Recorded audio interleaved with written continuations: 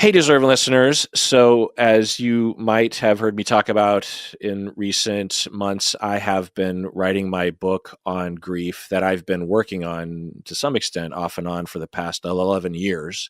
And a significant theme in the book is to recognize the various different losses that can provoke grief in us that are non-death related, because so much of the literature on grief has to do with death, which is fine. But when I really think about it and my clients and in my personal life, if I just think about the sheer number of losses that provoke grief in me and my clients, the majority of the losses don't have anything to do with death or death of a human, if you will. And as a part of that, recognizing that pet grief and the loss of a pet, the death of a pet, can be horrific. As a pet lover myself, and I've talked about it over the years, it's horrible.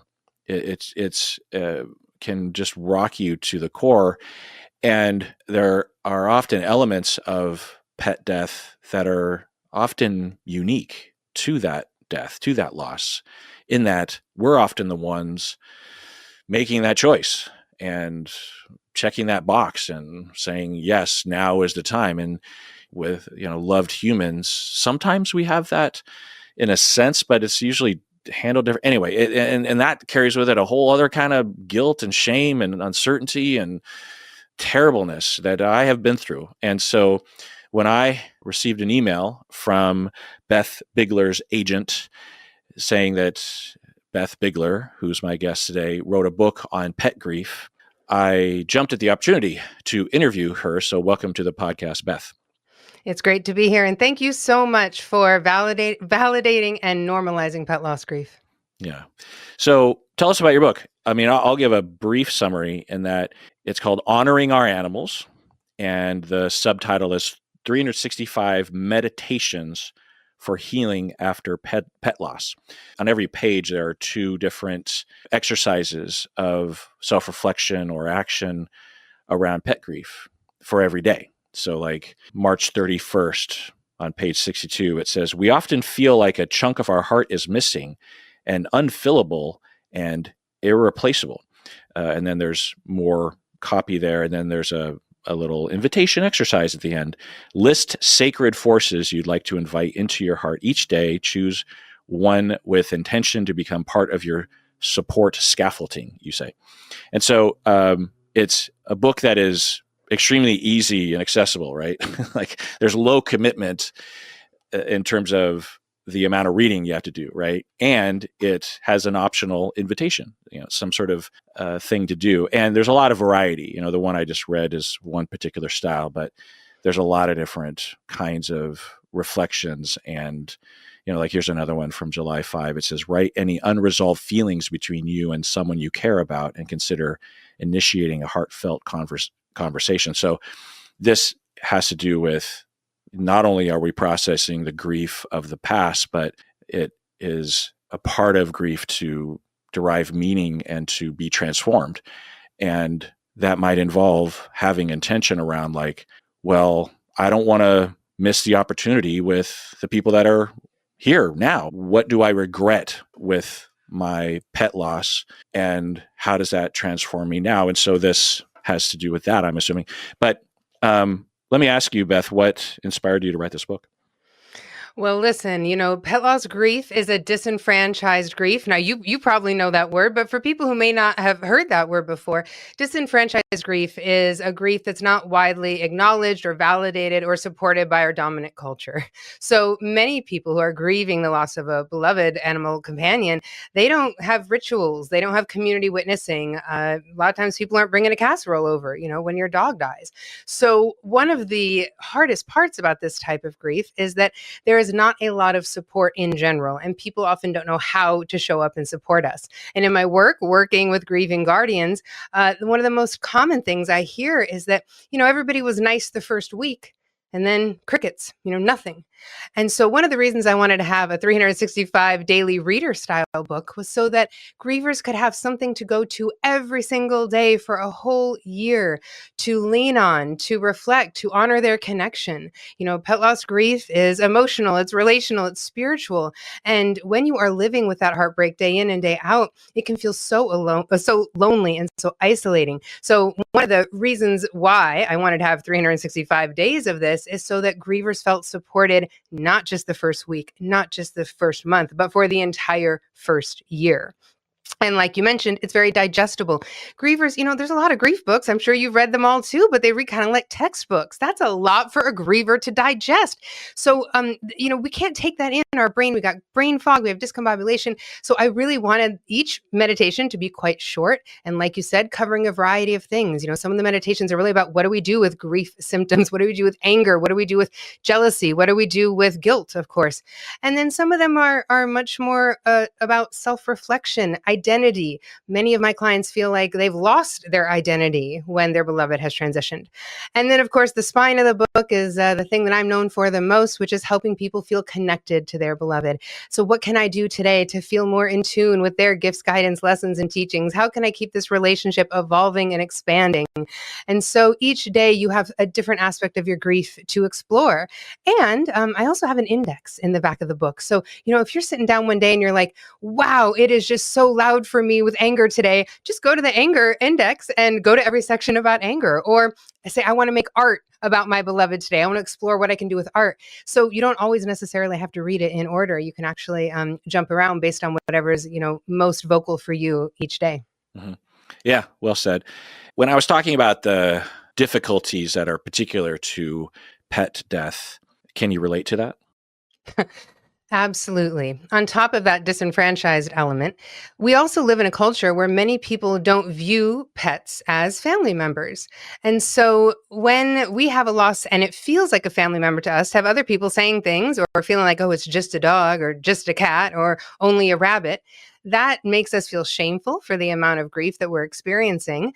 And also, like, maybe we're doing it wrong, because if no one else understands, maybe we are the weird ones. And this bond is profoundly misunderstood.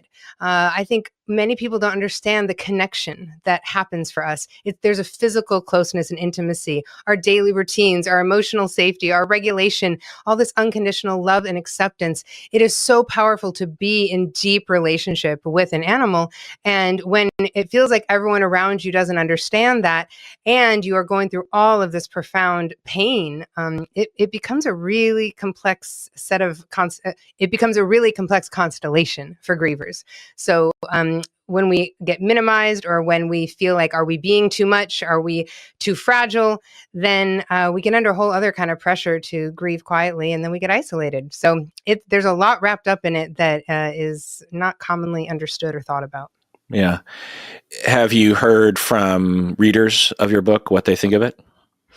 Well, the book is just now coming out, so not that many people have been able to read it yet. But of course, the people who've received advance copies have been very excited about it. I also shared the book with some of my clients when I was working on it and when I was trying to structure things. And I got some feedback from my clients about, what would be most supportive in the book. And that was really powerful as well.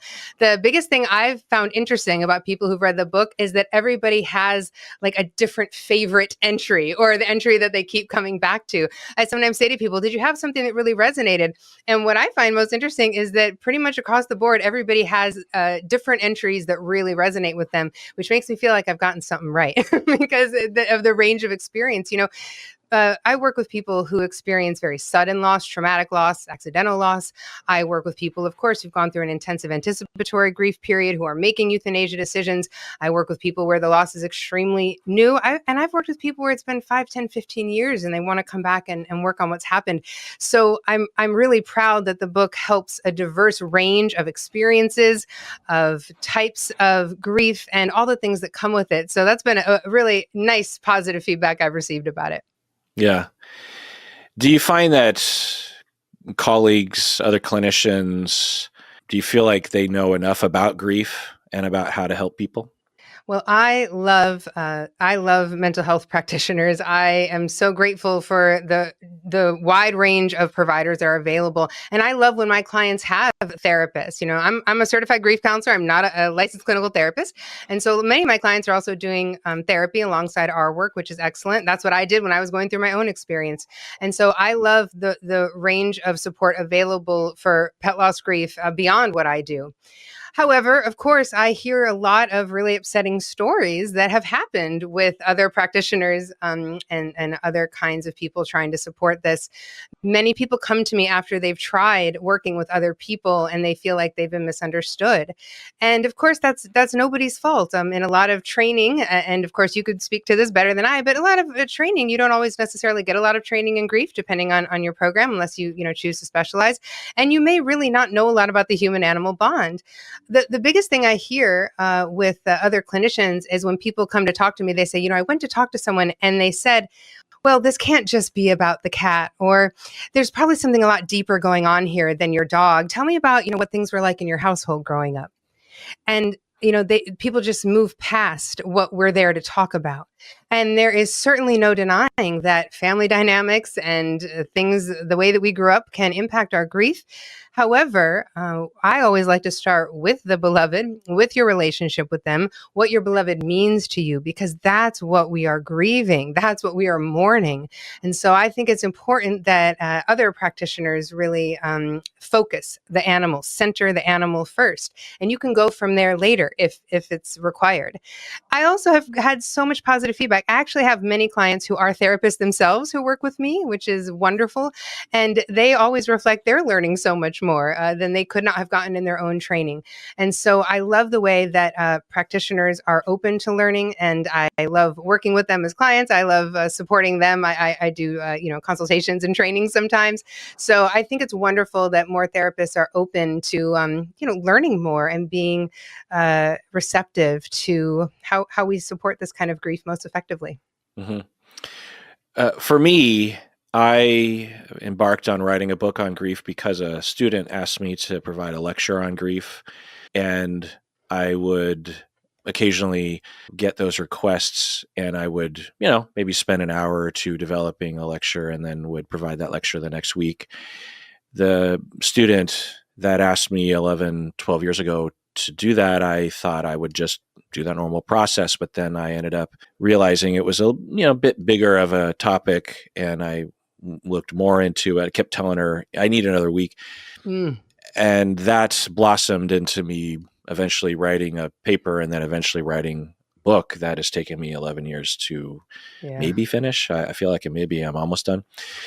For you, what was your process like? Well, the first thing I did is I sat down and I thought, what are the most important things I want every griever to understand? So for me, it was looking back at my experience working with grievers, of course, my own experiences with loss, and of course, looking at frameworks that I do admire and leaving the ones at the door that are less resonant for me. And for me, with this type of loss, the number one thing I care about is that people feel that they can stay in connection with their beloved. So I wanted to make sure that that was the core of the book.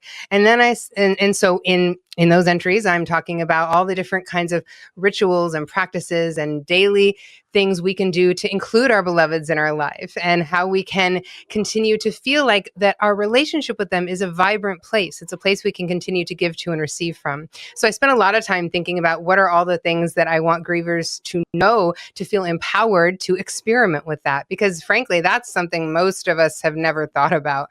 Now, you may know that there is a whole theory, a grief theory called continuing bonds, and there's a lot of research there, and we know that that can be super supportive for grief. So this is something that, of course, has research backed, but many of us, at least in my experience, in our family, someone died, we had a funeral, everybody cried for a day, we never talked about it again. That's where a lot of people are coming from. So this idea that this relationship can continue to evolve and expand is kind of a revelation. So I wanted to make sure I had a lot of ways to talk about that and ways to implement that for people. The second thing I wanted to really offer was a variety of emotions that people may feel. In the back of the book, I have something that I love called the grief feelings wheel. It's a pet grief feelings wheel. wheel. Feelings wheels, of course, we use all the time to talk about identifying emotions, naming emotions. But one of the reasons it's in the book is because there are so many different emotions that come up for us when we're grieving. And I wanted to give the readers a place to look at those emotions, and then within the pages interact with the feelings wheel to use the feelings wheel to help them. So, I wanted to make sure I was covering a huge range of emotional experience. So whatever the big feelings are coming up, we have a way to meet those feelings, to welcome those feelings in, to understand maybe what they're there to try to teach us, and to not be so afraid of the feelings that we're experiencing, because many people I work with, they're just terrified. And then the third thing that I wanted to make sure I did was to think about all the ways in which I help people step into their new life. Because this life, when our beloveds have transitioned, it feels like a wilderness. It feels like something we've never seen before. We don't know who we are. We don't even know if we care who we are. So it's very important that we give grievers time and space to think about, all right, what are my next best steps going to be like? Who am I? Who do I want to be? And for me, the number one thing there is, how can I meet myself with more self-compassion? The number one thing I care that grievers have is self-compassion, because we tend to be so hard on ourselves in grief. So I spent a lot of focus in the book trying to figure out how to bring this idea of not only feeling more comfortable and confident in my new normal, but also meeting myself there with self-compassion, the same kind of love and tenderness that our beloveds have always given us. Yeah, I like that. What sort of continuing bonds, practices, or manifestations have you seen? Like, I'm actually looking at a computer monitor, TV screen kind of thing that I got, that I loaded pictures of people and pets that have died, important to me. And it's on a 24-hour slideshow, and one picture every 24 hours. And the picture that's right now is one of my cats from before. And that's one way that I have a continuing bond, that I, in my office and right above in my eyesight as I'm looking at my computer, and while I'm working, making content, I can see the picture that's there. And there's, I've sort of narrowed it down to, I don't know, maybe 15 different important people and pets that have died in my life. Behind me are the ashes of cats that have died. What other things have you seen regarding continuing bonds that people? And I'm asking this question partially to normalize and to make sure that we promote the idea that it's healthy to do so, because that is the premise, the hypothesis behind the continuing bonds theory, and it's in reaction to a still prevalent cultural element of, you need to let go, you need to move on. It's morbid to continue to hold on, or you're dwelling on it or something. And research shows that is not the case. And certainly culturally, when you start looking around the world in different times, there are different practices. And I mean, every culture has its pros and cons. But anyway, what have you seen in practice regarding how people continue the bond? Well, most of it are things that I help clients come to, because, again, most of us have no idea where to begin. I think one place to begin is to sort of think of you and your beloved as a we mindset. Now, what do I mean by that? Well, to really think, hey, my beloved and I can still do things. So, for example, in my work, my soulmate cat Arnie is the reason that I'm doing this work. And before I go into any session, I think, okay, Arnie, let's go. We are going to show up and support this person. And whatever you are doing in life, you can remember that you and your beloved can do it together, and we can use their gifts, guidance, lessons, and teachings, everything that they have instilled in us, to propel us and encourage us when we are doing things. So that we mindset becomes super powerful. In terms of concrete things, of course, I love doing anything where we are speaking out loud to them. Our brains, our neurons, love to stay in familiar routines, particularly after a transition. So, saying the same greetings to them. A lot of my clients, I tell them, put a small photograph by the door where you come and go. And when you leave the house, give that photograph a love boop, to love tap their nose and say, I love you, babe, I'll see you later, or whatever you would normally say. And when you come home, greet them when you come home. You're used to doing that. It'll probably feel really good to your brain to do that. I love to encourage writing letters to our beloveds, and also writing letters from our beloveds to us, so that anytime we have a question or a problem, or we want some advice, or we just want to check in, we can have our beloveds then respond to us. Each person that's listening knows what their beloved sounds like. You know what their voice is like. So write as them, use their terms, use their slang. Let them, speak to you in that way. I'm also a huge fan of things like, if you used to go on a walk in a favorite park with them, I want you to view this like I can still go hang out with them on that walk. And maybe you take a collar with you, or a leash, or a toy. Maybe you take a playlist full of songs that you've made that remind you of your beloved, and you go take that walk with them again. Feeling like you can spend time with your beloved, spend time in that relationship is super powerful. Also, many people have heard me, I popularized this on Instagram, the idea of using your beloved's name when you go for your coffee order or food takeaway, so that when they call that coffee up, they say, order up for Arnie, and then you get to hear your beloved's name sung into the world. And for so many of us, that's our very favorite word in the English language. So we love hearing that. Using their name, using their signature color. If you don't have a signature color for your beloved, go ahead and create one. Having a signature color means every time you choose something, whether it's a mini golf ball or the coffee cup you're going to drink out of, or the couch that's sitting behind me, choose that color, meaning I choose you, beloved. I see you. Arnie's color is orange, so I got a lot of orange in my life. So I like to start with very simple practices and rituals, things we can do and incorporate into our daily life that are low maintenance, but powerfully connecting. And then we go from there. The biggest thing I want to tell people is to experiment. If you find that lighting a candle and saying something beautiful to your beloved at a certain time of day feels supportive, do it. If you find painting rocks and making a beautiful rock garden with words about them, do it. We want to try to be very flexible with how we do this and how we experiment, and see what feels right, and continue with more of that. So those are some of the things. I could talk for 3 hours about all the rituals. Those are some of them. I really like that. Yeah. I'm guessing that some of the listeners, even if they're basically on board with what we're saying, will hear your examples and think that it's weird or crazy or dwelling, or I don't know, like not moving forward or off-putting in some way. What reactions along those lines have you heard from people? Well, certainly there are people and clients of mine too that hear this. And, the number one thing people say when they hear this kind of thing is they say, it feels like it will be more painful if I do that. And to that I say, I'm cool if you feel that. Do it anyway. This is one of those moments where I say, try it and see. Many of these things feel really good to our brain. Our brain has a huge response during grief. And a lot of these kinds of tools actually end up feeling more comfortable. Our neurons are still looking to connect to our beloveds. They are still looking to do those things that we liked to do with them.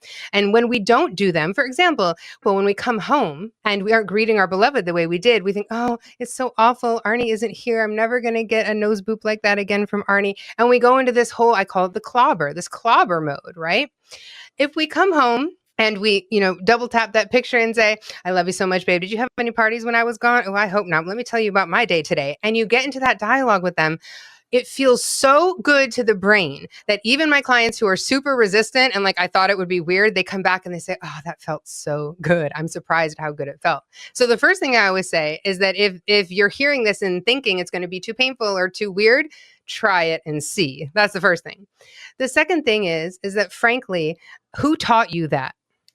Who taught you that talking out loud to one of your beloved ancestors is weird? Who taught you that you aren't, quote, moving on, which is not a term I use, is a negative thing, right? We don't move on from grief.